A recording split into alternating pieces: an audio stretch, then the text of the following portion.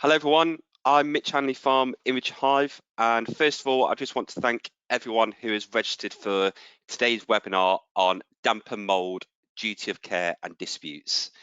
I'm delighted to say that I've been joined by two of our very good friends from JMW Solicitors and the TDS. So we've got David Smith and Martin Wilks. So David, do you want to do a very quick introduction of yourself just for those in attendance today? That'd be brilliant. One of those. My name's David Smith. I'm a partner in JMW Solicitors. And I head our property litigation team in our London office. And apparently I know a lot about residential landlord and tenant law, so I'm told. So you're told, yes. No, brilliant stuff. And Martin, thanks for joining us today. If you want to do a very quick introduction of your role at the TDS as well, that'd be smashing. Okay, yeah, thanks, Mitch. Hi, everyone. I'm Martin Wilks. I'm an adjudicator at TDS. I've been adjudicating on landlord and tenant disputes now for almost 10 years. And before that, I was a lawyer also in property litigation briefly. So always had a background in landlord and tenant. Lovely stuff. And I'm Mitch. I'm the marketing manager at Inventory Hive, and we are a cloud-based property reporting platform used by letting agents, inventory clerks, landlords, student accommodation, build to rent, etc., to create detailed property inspection reports for the properties you manage. So before we kick off today's presentations on today's webinar, just a couple of house rules. So everyone will be on mute during the webinar, but if you do have any questions, we'll be setting some time aside in the last quarter of the webinar to answer some of the questions you have. So any questions, on the right hand side of your screen there should be a control panel where you can pop your questions in there. I'll be able to see those and then we can ask those towards the end. Hopefully we can get through some. We're expecting quite a lot of questions because we've got nearly 350 people registered for this webinar, so we'll try and get through as many as we can. If we do miss yours, we do apologise, but if we do, hopefully we've answered your question. So yeah, to get started, we'll go to David, who wants to, if you'd like to make a start, if that's okay. Yeah, so let's push on through the boring bit to an actual slide with something on it.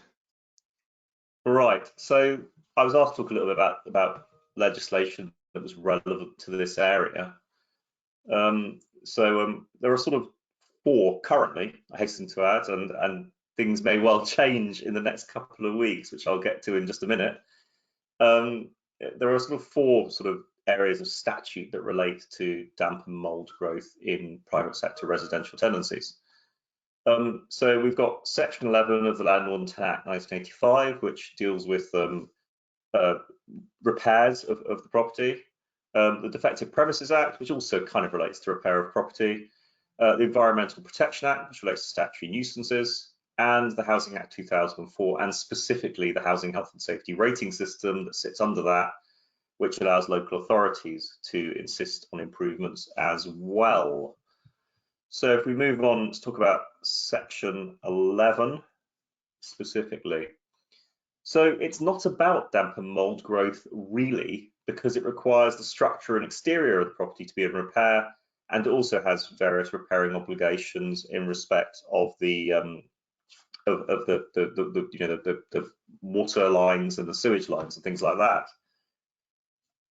But obviously, damp and mould growth obviously emanates from something. Now, sometimes those things are bad property design or something within the property. Sometimes they relate to leaks. So any damp and mould growth that relates to or emanates from an issue of disrepair, so a roof leak, a render that has got a crack in it that's letting water through, a gutter leak, something like that, would fall within the confines of Section 11, because if you're in breach of Section 11, so you've got a leak to your gutter, for example, then everything that flows from that is also covered by the same responsibility. So if you've got a leaking gutter, and as a result of that, with the water flowing down the side of the wall, that's leading to damp and mould growth in the property, then you're liable to fix the gutter and you're liable to resolve all the damp and mould growth that's been caused by that. But it's only stuff that's damaged. So Section 11 doesn't cover existing design or construction faults. So if you have an older property that, because it has poor airflow and poor thermal quality, is more liable to damp and condensation damp, or if you have a property that doesn't have a damp-proof course because it predates the existence of a DPC, then Section 11 is not going to require you to put in a damp-proof course or to improve a property. Just contrast that, of course, if your property has a damp-proof course and the damp-proof course has been breached and that is causing rising damp, then that is something you're liable to deal with because it's a structural fault, it's a structural repair that needs to be done. So Section 11 is about repair, not improvement. And one of the challenges we always have with damp and condensation at the moment is whether something is being caused by an element of disrepair, i.e. is the property broken, or is it being caused by a property requiring an improvement above and beyond its original design spec.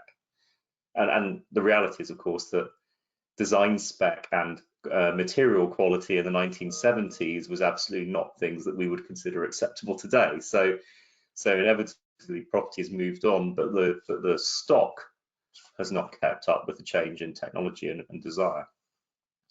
So if we move on to about defective premises. So the Defective Premises Act is actually the same as Section 11. Actually, what the Defective Premises Act really does is widen the scope of liability for injury. So the Defective Premises Act is not effective where there's an underlying defect. It's only effective, as with Section 11, if there's a piece of disrepair, or if you've carried out work that doesn't meet the required standards. But what the Defective Premises Act does do is it widens the scope of what you're liable for and the scope of your liability because Section 11 is a mere contractual obligation and therefore you can't really claim more than the rent.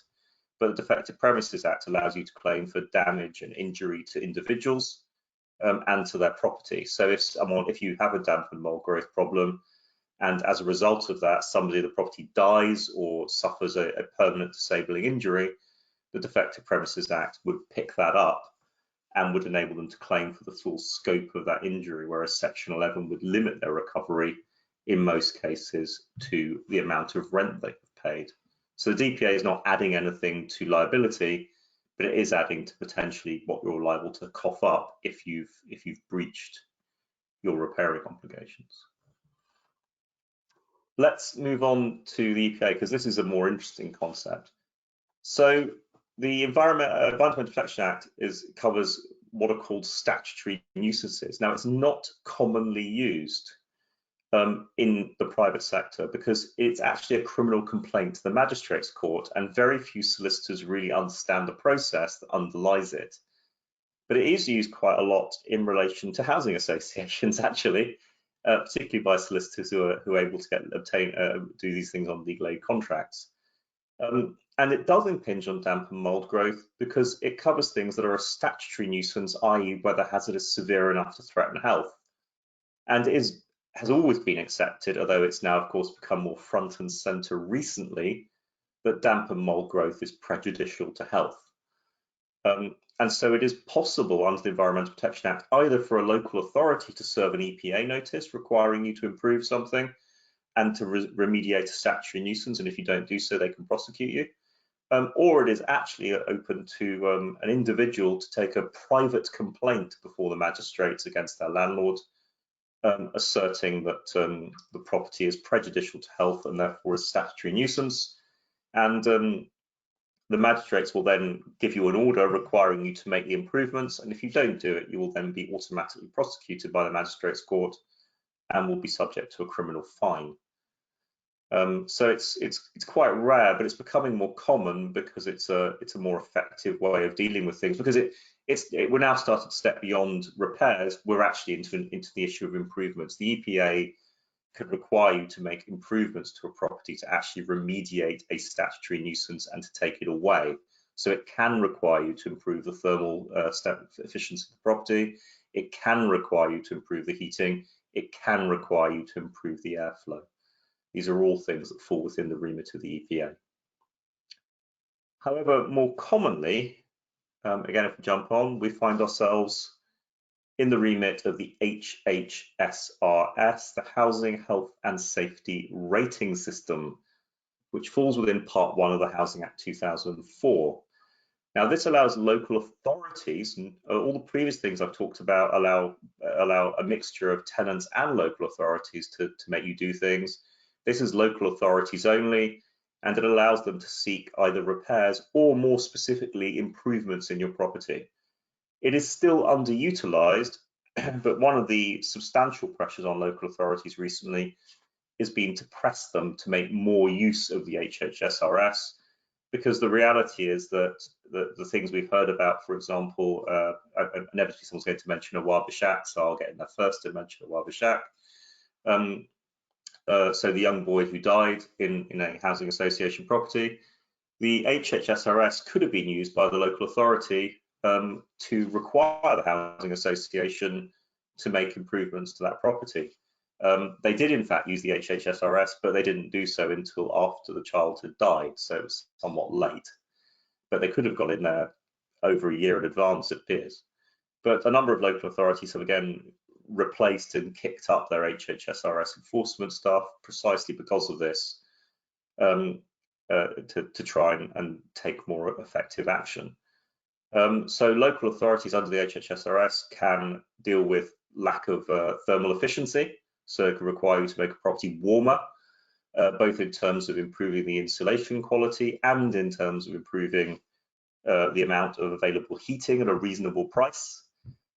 They can require you to deal with damp and mold growth specifically as one of the 29 hazard profiles under the HHSRS, which usually will be by improving airflow and a combination of thermal efficiency and airflow usually. So usually what they come and demand you fit is things like air bricks, trickle vents, more heating, and improved thermal efficiency generally.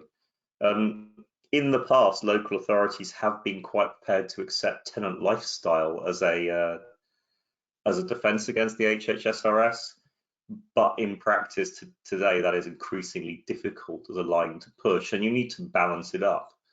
Inevitably, tenants who dry all their clothes indoors are going to increase condensation, but you also have to bear in mind if they have no other means of drying their clothes, then that's not going to be a very good argument for a local authority. So you've got to take a reasoned view as to what a property is actually going to be used for and how it's going to be used. And in practice, of course, people are going to dry their clothes inside, especially in the winter, so you do need to consider that.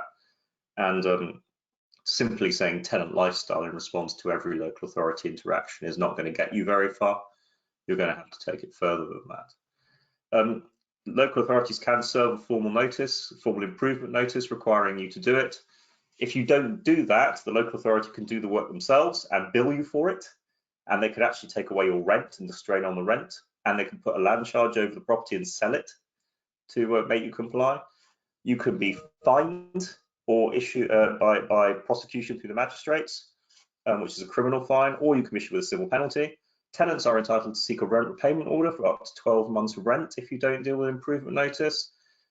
And also local authorities are entitled to charge a fee for the service of the notice and the work done.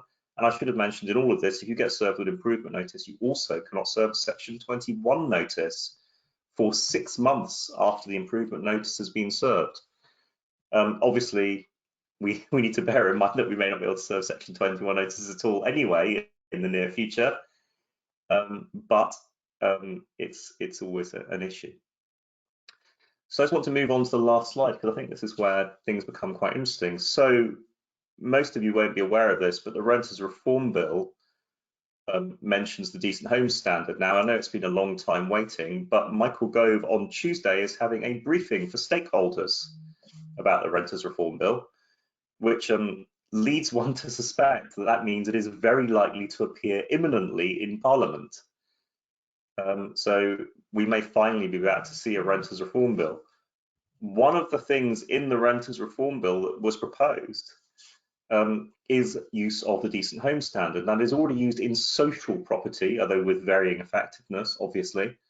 And it's actually to some extent applied in private sector property as well, because it is used by the English Housing Survey to assess private sector property condition in a way that then allows it to be measured against the social sector. So properties are assessed under the Decent Home Standard. Now, a lot of the Decent Home Standard is not very useful because it says things like if a property is aged, then it can't have more than 2 items in disrepair. But a lot of the standards in there are quite low. But what it does also ban is Category 1 HHSRS hazards. So obviously, if you have severe damp and mold growth such that the property is a hazard, that would be a Category 1 hazard and would fail the Decent Home Standard.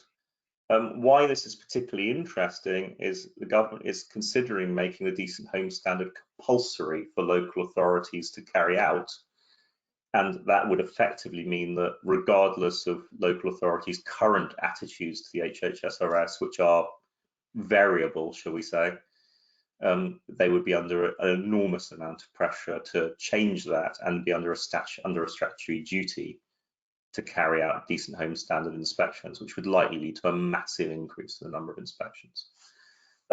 We should also bear in mind that the Decent Home Standard is likely to be linked into the Landlord Property Portal, and landlords are going to have to certify, at the very least, that properties are decent and meet the Decent Home Standard. And if you don't, and if that certification is false, it is likely that you'll be prosecutable. And there may also be tenant interaction there as well. So it's possible that tenants will be able to take claims for rent repayment orders in respect to this as well. So these are all things that link together, and the pressure is certainly coming on in respect of damp and mold growth increasingly.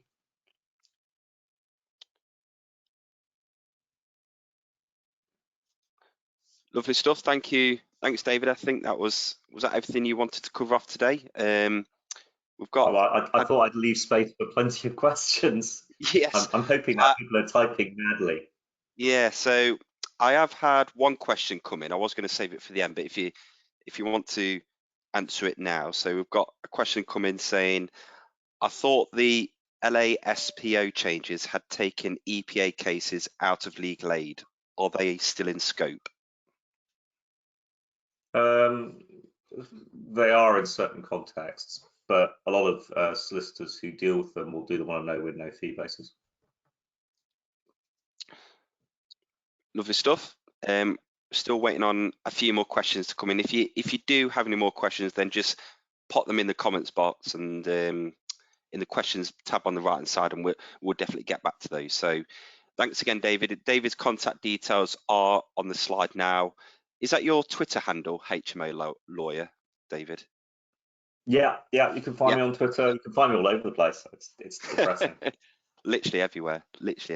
No, I appreciate your time, David, and it's thanks for your informative information there. So thanks again. So I'll come on to my piece now. So I'm Mitch from Inventory Hive. We are a cloud-based property reporting platform. What I'm going to be covering off today is basically the common types of damp and mold you'll get in properties, how to capture damp and mold issues in your inventory reports, and I'll also be discussing ways to reduce damp and mold within your property as well. And you can do that through inventory reporting as well.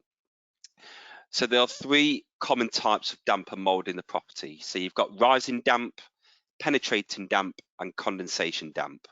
So rising damp is where moisture travels up from the ground through masonry up to about 1 meter.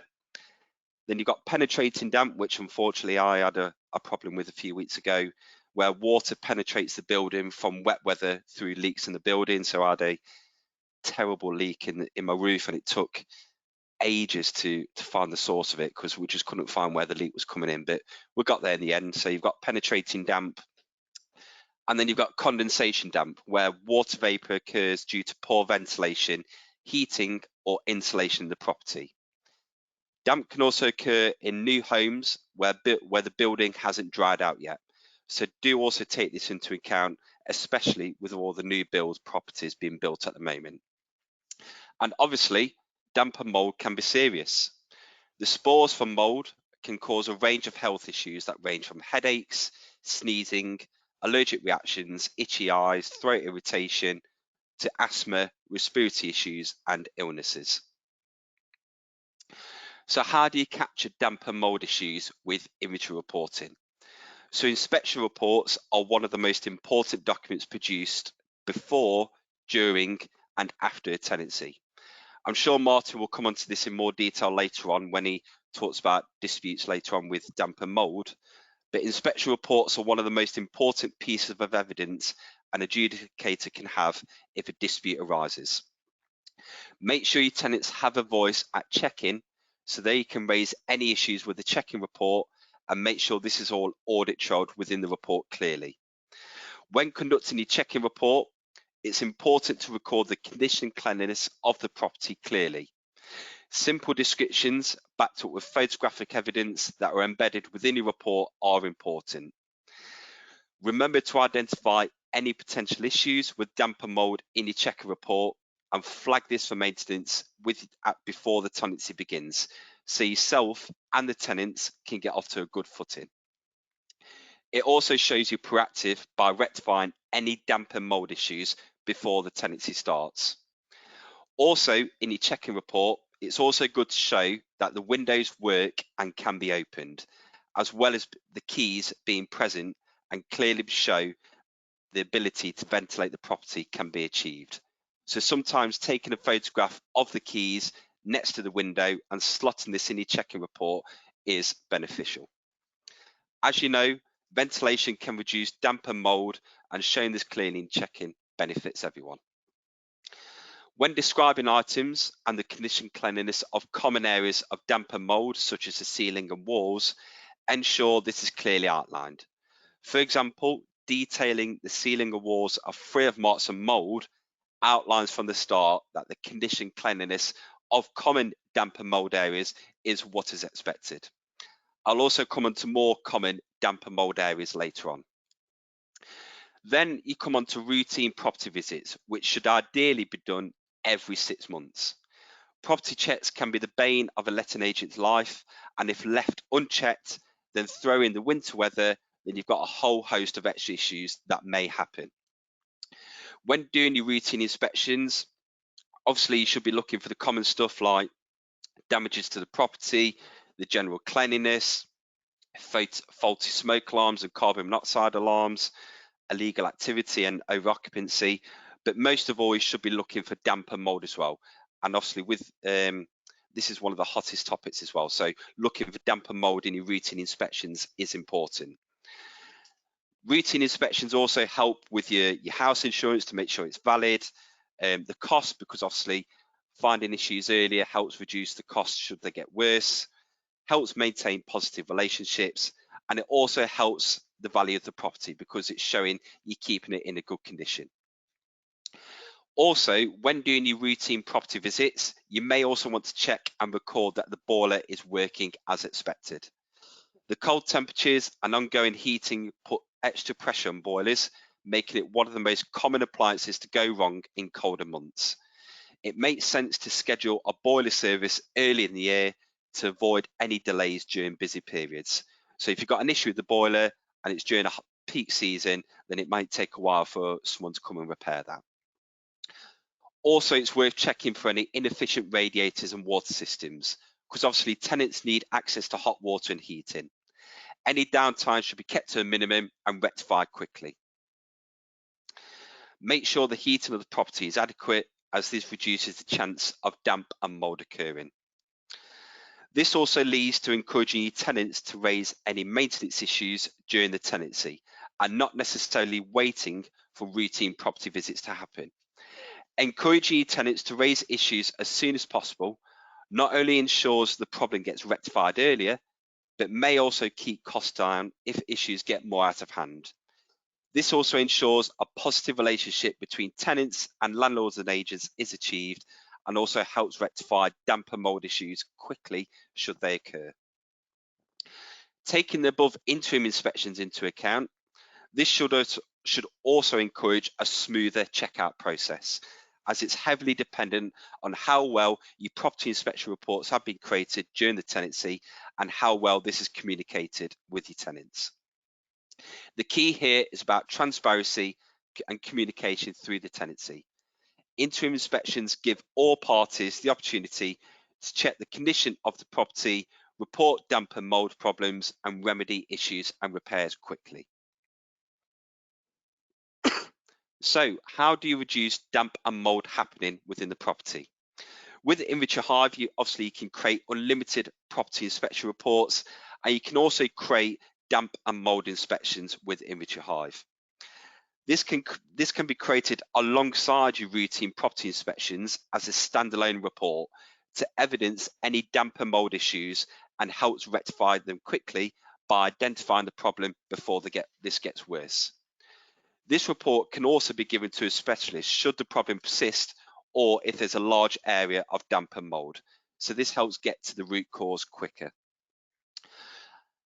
Or adding to this, you can also answer fitness for human habitation checklist questions within your reports and embed them with the reports on Inventory Hive. And some of these questions do relate to damp and mould within the property. Prevention is obviously much better than cure when it comes to mould, but most people don't think about it until it appears. If you do have mould in your rented home, there are various ways to remove mould from walls, tiles and windows. If you spot it, don't forget to check in other less obvious areas like behind beds, in wardrobes and under carpets. Mould needs moisture to grow, and you'd be surprised how many people still put damp clothes in the wardrobe when they think they're dry. Also, a diluted bleach or antifungal spray can be effective at removing small areas of mould, but be sure to follow up with the safety instructions and keep the room well ventilated to avoid toxic risk. For large areas, I strongly recommend getting a professional in. If you notice any condensation on the inside of your window, then obviously you don't have enough ventilation within the property, and a dehumidifier could also be an option to help reduce this. You'll also likely need to encourage lifestyle behaviours and changes to your tenant and introduce regular cleaning processes for removing moisture from surfaces after cooking and washing. If these changes aren't made by a tenant, then mould will likely return. Tenants need to be made aware of their responsibility regarding the upkeep in relation to the condensation, cooking, laundry and showering. They should keep the home dry and free of water vapour in the air and on surfaces by opening windows, using fans, heating the property and cleaning properly. In all cases, the tenant should report damp and mould problems as soon as they notice it, so the necessary action can be taken to remove and prevent it. This will also prevent the risk to the health and the property during the tenancy. Also, installing truckle vents to your windows can also be an option. Truckle vents being installed to your windows helps with the airflow as it's actually better controlled. Instead of opening the window to let fresh air in, use truckle vents. This will allow smaller amounts of air to constantly flow in and out of the property as it acts as a background ventilation. Also, using truckle vents means large amounts of air and therefore heat doesn't escape the property so it helps keep the heat inside the property as well. The controlled airflow leads to greater ventilation in the home and reduces the chance of damp and mould growing. So hopefully that information helps. If you want to learn more about how Inventory Hive works, you can create unlimited property inspection reports via desktop, iOS and Android app. You're allowed unlimited users. You can engage with your tenants digitally with clear and concise reports, which are also designed to reduce deposit disputes. We also like to encourage compliance as well when creating reports. So there's lots of compliance questions you can answer when creating reports, which obviously helps with damp and mould. We've also been voted the best supplier to estate agents in 2022 and best median supplier 23 at the EA Masters. And we also offer a 30-day trial. If you want to scan the QR code on the screen now, you're more than welcome to take a look at our website. So that's it from me. If you have any further questions, do not hesitate to ask. I'd be more than happy to help. And this leads me on to Martin, if you want to if you're ready for your presentation. Thank you, guys. And remember, if you've got any questions, just pop them in the questions box on the side. Okay, thanks, Mitch. Yes, my turn now. So as an adjudicator over the years, I've had many claims about mould damage, mould staining to properties. And I have to say that in my experience, often these are not sufficiently proven with evidence. And so invariably, these claims generally don't tend to succeed. Now, just to prefix the presentation a little bit, as an adjudicator, I deal with deposit disputes, and the deposit is taken as security for the tenant's performance of their obligations under the contract. So I can't consider any claim made against the landlord or any of the landlord's failings that David so comprehensively set out earlier. But that's not to say that property managers shouldn't be aware of that side of it. Don't just concern yourself with the deposit because you've got to safeguard your landlord's interests. The tenant may well pursue another route and pursue the landlord elsewhere. So think about that as part of your decision to make a deduction or propose a deduction for any mould that's occurred in the property. If we can move into the slides then, Mitch, please. I don't know if there's a bit of a delay on my screen. There we go. So generally speaking, the tenant's obligations are often set out in the tenancy agreement, and it will generally be that there is a requirement to adequately heat and ventilate the property to prevent the buildup of condensation and to wipe down moisture from surfaces where it gathers, you know, around window reveals or in the shower, things like that. There is also an obligation to report maintenance issues, and this is also often set out in the terms of the tenancy agreement. Now, in cases where the tenant has just failed to report an issue of mould, then the adjudicator may well consider that there is a breach of obligation there, the landlord has suffered loss as a result of that breach, and be able to award towards the cost of those remedial works, which could be considerable. You know, obviously, we're generally speaking about 5 weeks' worth of rent as a deposit, and that can easily be swallowed up by the cost of repairs. But where the tenant has failed to report, that's where their breach is, and the tenant should contribute towards the cost of remedying the damage that's been caused. Now, the first thing I want to say about, I want to go on to talk about breach of the burden of proof now. If I can have the next slide, please, Mitch. Now, the first thing to remember, I always say this whenever I'm on any training, is that this is the tenant's money.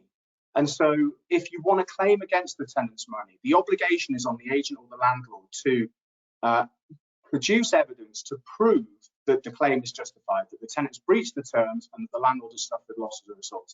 If no evidence is provided to us in a dispute, then that deposit must be returned to the tenant. Now, we apply the same burden of proof that the civil courts would. So it's on the balance of probabilities. Now, that means more likely than not, 51% or more, however you want to put it. It's not a high threshold, but it is still a threshold that has to be met. And it's often the case that it just won't be sufficient to produce a check-in report where it shows the walls were free of mould and a check-out report showing severe mould in the property. Yes, there's a difference, but can we adequately glean from that evidence that the tenant has breached the terms of their agreement? Invariably, we can't. Could I have the next one, please, Mitch? So in relation to mould, often we get claims for minor issues. And so this will be where mould spots have occurred around window reveals, as I've said, shower ceilings, in the kitchen maybe. The chances are, on balance, this has been caused by the tenant's failure to adequately heat and ventilate the property. Maybe they haven't run the extractor for long enough. Maybe they haven't opened the windows in the kitchen for long enough or used the kitchen extractor hood. This generally will be because the tenant's failed to do something. And so, generally speaking, if an adjudicator is faced with a minor issue, then we will make an award to the landlord so they can remedy this issue. Now, mould on bath sealants is a common one. You know, I get this a lot, that the sealant has gone black around the edge of the bath. Now, again, with this, it very much depends because the bath seal, of course, is going to be subject to moisture almost all of the time, you know, every day. So moisture will get into that seal. And so we say as adjudicators that fair wear and tear is applicable here. Eventually, bathroom sealants will need to be renewed at the landlord's expense. So an adjudicator will be very much concerned about what the check-in report says, how long the tenancy is, and then looking at the checkout report to see whether that sealant has deteriorated beyond the scope of fair wear and tear. I mean, I can vouch for this. I did my bathroom in lockdown. I've changed the sealant twice already because the kids don't wipe it down properly. They don't concern themselves with it. You know, this is just what happens. Can I have the next one, Mitch? So the more serious issues where there is a severe mould problem, you know, we've seen some cases at TDS over the years, you know, where the whole of the external wall is just covered in black mould, you know, this kind of thing. This could be caused by a tenant failure to heat or ventilate the property. You know, there's no doubt about it. They might have taped over the vents, dried all their washing inside. They might be from a hot climate and so not used to it, don't like it in this country. And so it could be the cause of this issue, but it could just as likely be caused by a fault with the fabric of the property, something that David spoke about earlier, an obligation on the landlord to repair. You know, I've listed a few there. David's already been through them. But, you know, of course, there might be another cause behind it, like a leaking pipe and that sort of thing. So as adjudicators, again, it's not often easy to just determine from a check-in and check-out report where responsibility lies. The next one, Mitch. So from my experience with this, generally what I see happen a lot is the tenants do report mould. You know, tenants don't like living with mould, they report it, generally speaking. And what tends to happen is the property manager sends them a leaflet on how to combat mould. Now, this is often insufficient. There's an assumption there that this condensation damp is due to tenant lifestyle. You know, it's not always the case. So investigate reports of damp and mould properly. Don't just send the leaflet. Understand the extent of the tenant's liability, of the tenant's responsibilities under the terms of the tenancy as well. Their obligation is only to reasonably heat and ventilate the property. So if they're having to run the heater all day long, you know, at 25 degrees and have all the windows open for 12 hours, you know, it's not reasonable. And an adjudicator is unlikely to make an award in those sorts of cases. Yes, it might be that it's an old property. The tenants might have to be careful about wiping down windowsills and things like this, but their obligation is only to the extent that is reasonable. Don't assume that condensation damp is always the tenant liability, because there is more often than not an underlying cause. You know, over the years, I've seen lots of cases where the extractor fan hasn't worked. You know, they've reported it, the tenants reported this early on in the tenancy and it wasn't repaired. And lo and behold, we end up with a mould problem. And the landlord's trying to say that this is the tenant's fault. Well, how can it be really if the extractor fan isn't working? Consider instructing a specialist report. I mean, when I'm faced with these cases, the one thing that I really like to see in the evidence is a specialist report. A suitably qualified and experienced contractor has been out, inspected the property, and they've identified what the cause is. It's not enough for them just to find that this is condensation damp rather than penetrating damp, because as I've said, perhaps there's a reason why there's excess moisture in the property because of the property style, a fault, or a leak, you know, something like this. Another top tip as well that occurred to me when Mitch was talking is midterm inspections as well. You know, they can be so important because one of the main things is to get a grip of this early. Inspect the property. If you identify damp and mould, you know, try and mitigate the loss, because as I've said, when it comes to deposit disputes, it is very difficult often to prove that this is tenant failure to adequately heat and ventilate the property rather than a fault with the fabric of the building. And that's about it from me, Mitch. I'm hoping there'll be some questions, and I hope it kind of dovetailed quite nicely between the two of your presentations. No, that was absolutely fine. Fantastic, Martin. I really appreciate that. And you are right. We've had quite a few questions come in, which we'll come on to in a second. Those that have asked the question of whether there'll be a recording of this sent out, yes, it will. We'll be sending a recording of this to everyone that's registered about 24 hours after today's webinar. So do keep an eye out of that. I'll also try and attach the slides to that email as well. So again, do please keep an eye out of that. So the first question I've had come in is, So it says, we're getting visits from Hull Council under HHSRS. Due to the increase in gas and electric prices, the tenants are putting heating on and not opening the windows and drying clothes on radiators, which is causing damp and mould. Is this still classed as a landlord problem? I think that one might be more towards you, David, I think. Depends, really. I mean, one, of course, tenants are going to dry things on radiators. Where else would they dry them unless you have a dryer? So I think you need to take that into account. It is a problem at the moment, obviously, that it costs more to heat, but it's quite clear under the HHSRS that the requirement for a property to be able to be warm has to be at a reasonable price. So it is possible to bring thermal efficiency into this. So yes, it can be tenant lifestyle up to a point. It kind of depends where you draw a balance between the two situations. If your property is very inefficient to heat and very expensive, then the local authority is likely to reasonably require you to make improvements so that tenants don't seal the place up. But if it's not that bad and it's purely tenant lifestyle, then probably not. I mean, in most cases, most councils probably wouldn't go down the improvement notice route for this. They would probably encourage you to make improvements without taking formal action. Love stuff. Hopefully that answers your question. I think the next one's more for you, Martin, if that's okay. So who is responsible for decorating costs where the damage has occurred due to damp and mould? Well, again, I mean, it depends whose responsibility it is that the mould was caused in the first place. I mean, if there's a fault with the property, or there was a leak, or there's no extractor, all the things I mentioned, and mould has occurred, well, it's not really fair to hold the tenant responsible for the mould staining that occurs as a result. This is the landlord's obligation, and so they're responsible for the damage to the decor. If, on the other hand, the tenants have caused the excess moisture in the property, then an adjudicator may well consider making an award. I mean, certainly with the minor issues that I mentioned, like window reveals and shower ceilings, if the adjudicator gleans from the evidence that the tenant has breached their obligation to adequately heat and ventilate, then they will make an award towards the cost of redecoration. It won't ever be the full cost, as I'm sure you can appreciate, because the landlord isn't entitled to have a brand newly decorated property. That would constitute betterment, so it will be a contribution towards those. But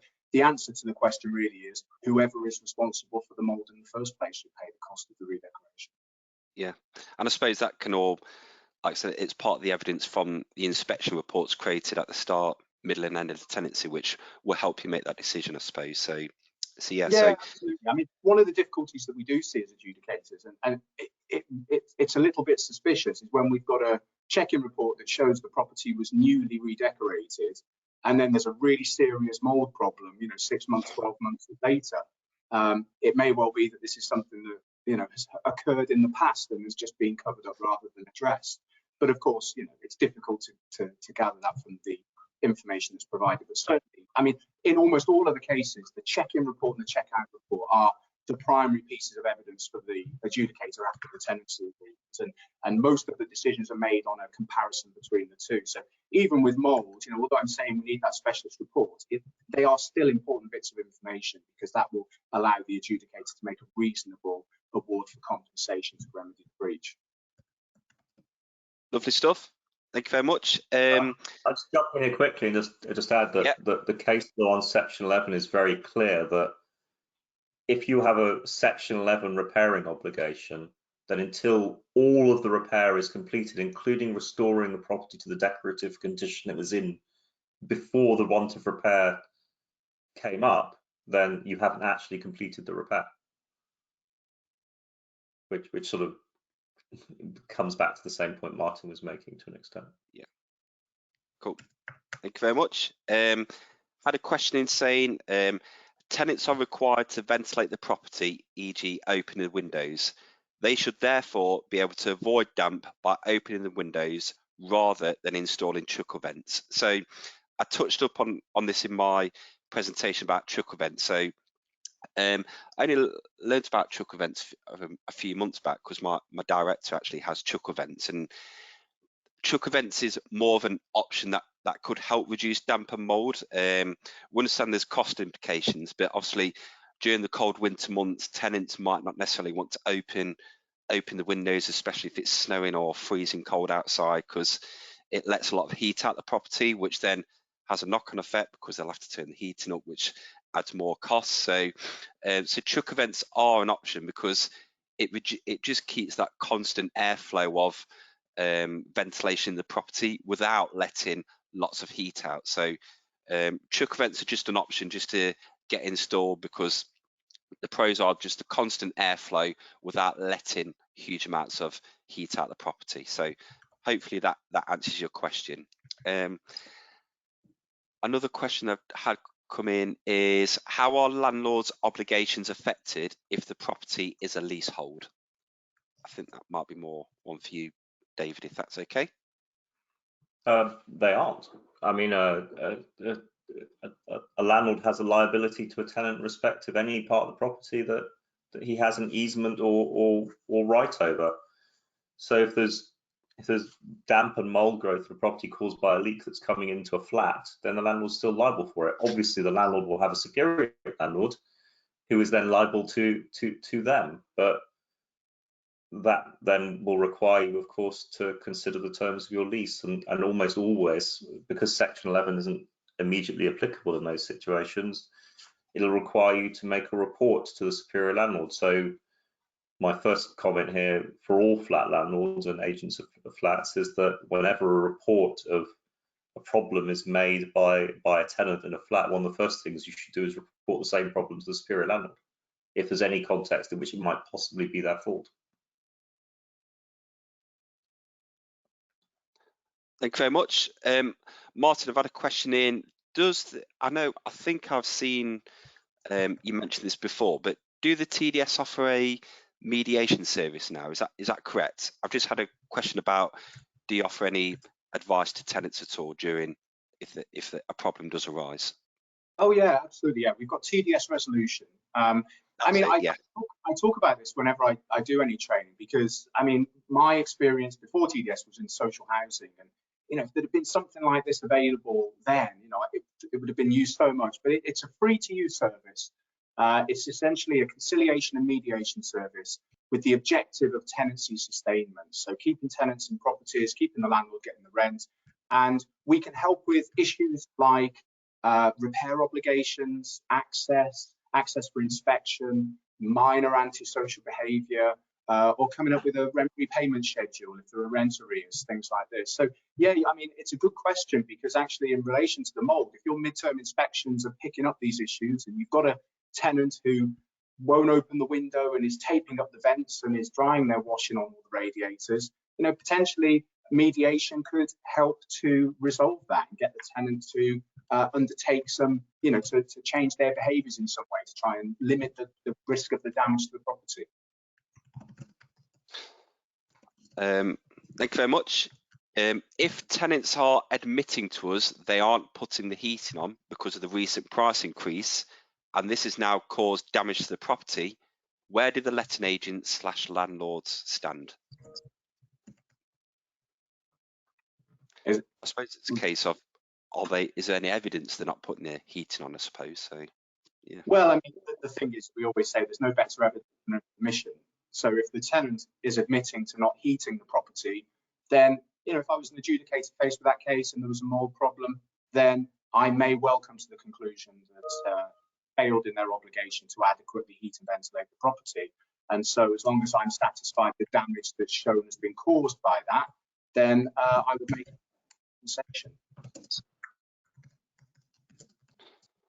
I've had a question about 3D photos in inspection reports. So can the TDS use 3D photographs or 360-degree photos to look at a dispute? So Inventory Hive, we've actually got an integration with 360-degree cameras. So when you create your reports using our app, you can slot in 360 photos of a particular room which is quite good actually, because it captures the general context and condition cleanliness of the room. But we still recommend still taking close-up photographs of any common dispute items or damp and mould, for example, or any damages and defects. But I know the TDS, I'm sure you'll come onto this, Martin, do receive 360 photos in reports as well. And how does that benefit you guys when it comes to a dispute? Well, yeah, we do get them. I mean, as an adjudicator, really, we want as much evidence as possible. You know, we want every last bit of evidence because we want to make the right decision. And so there have been many times where 360-degree photos have offered that direct comparison, because when I'm considering photographs, what I want ideally is the same angle, same distance, same lighting at the start and the end of the tenant. Invariably, I don't get that. But if I do have 360-degree photos, often it allows me to kind of find the right angle, if you like, and comparison. So, you know, it's just another bit of evidence that that an adjudicator would like. And, you know, I can think of a couple of occasions where the claim has been saved really because of the 360-degree photos. I've had a couple of similar questions on, let me just find it, 1 second. In respect of a flat with closed drying, is it reasonable for the landlord to supply a tumble dryer or a dehumidifier for the tenants? So is it their responsibility to provide those tools, basically? No, but at the same time, if you're in a flat and none of those things are available, you've got to accept your tenants are going to have to wash and dry their clothes somehow. And all I've said is that if a local authority comes along to you and says this flat needs improvements in respect of thermal effectiveness and efficiency and heat because of damp and mold growth, it's not going to get you very far to say the tenants are drying their clothes in the flat if there's no other way for them to do it. Because almost all flat leases say you can't dry over a balcony or hang your clothes out the window in any way, shape or form. It's pretty hard to fit a tumble dryer with an overboard dump into a flat, because you'll have to cut a hole through the wall, which you can't do. And then what other option is there? So the reality is, I think people need to be pragmatic about it. Yeah, it's absolutely. a really difficult situation, because I accept landlords' point of view that, you know, this is the tenant doing this, but I think you also have to be somewhat pragmatic and accept that some flats do have pretty serious damp and mold growth problems because of design. If a landlord chooses to buy and rent that property, then they're accepting, I'm afraid, the risk that the local authority will come along and say, well, this needs improvements. There you are, they've got statutory right to do it, and they will. Just coming on to a few more questions now. As a follow-up, I was going to say no one said it was fair. No. wasn't suggesting this was a fair situation. I'm just telling you this is the law. I suppose this leads nicely on to my next question. So the tenant have said that they've been ventilating the property and putting the heating on, but the damp and mold problem still persists. A specialist has gone round and has said that it's the tenants that aren't opening the windows and heating the property properly. Who is liable? If you've got a specialist report, then probably the tenant. Yeah, I would agree with Yeah. that. I mean, that's what, as an adjudicator, we would hope to see in a claim for damage caused by damp and mold. And if it says the tenant is responsible, then that's what the adjudicator will probably go with. Got an interesting question here. So we have a tenant with a mold issue. Specialists have attended and quoted the required works, which the landlord has approved. The tenant is refusing entry for the works to be carried out as she is 6 months pregnant. What should we do? Can we force entry and complete the works? Yeah, interesting question. Well, when you say force entry, yes, but only via way of a court injunction. If you mean force entry by turning up with the heavy mob and going through the door with your management keys, then no. I mean, I think the correct thing to do is to go back to tenants and say, hang on a minute, these works are for your benefit. Be very clear about what the scope of the works is. Try and ensure that the works are as minimally intrusive as reasonably possible, and say, if you're not going to allow us to do it, then our choices come down to evicting you from the property and terminating your tenancy, or obtaining an injunction for you to force access, or you continuing to live with a damp and mold growth. Those are your choices. Which one would you prefer? Yeah, because surely the tenant, especially if they're 6 months pregnant, probably the health is their priority there. So if they want to get the issue rectified, then well, I'm assuming the tenant's worried about the dust, but yeah, if that's the works true. are conducted properly, that shouldn't be a substantive problem. I don't think it's a very sensible approach to take. I appreciate someone who's 6 months pregnant is substantially pregnant, but you're not. I mean, unless you've got some other health condition, you're not immobile.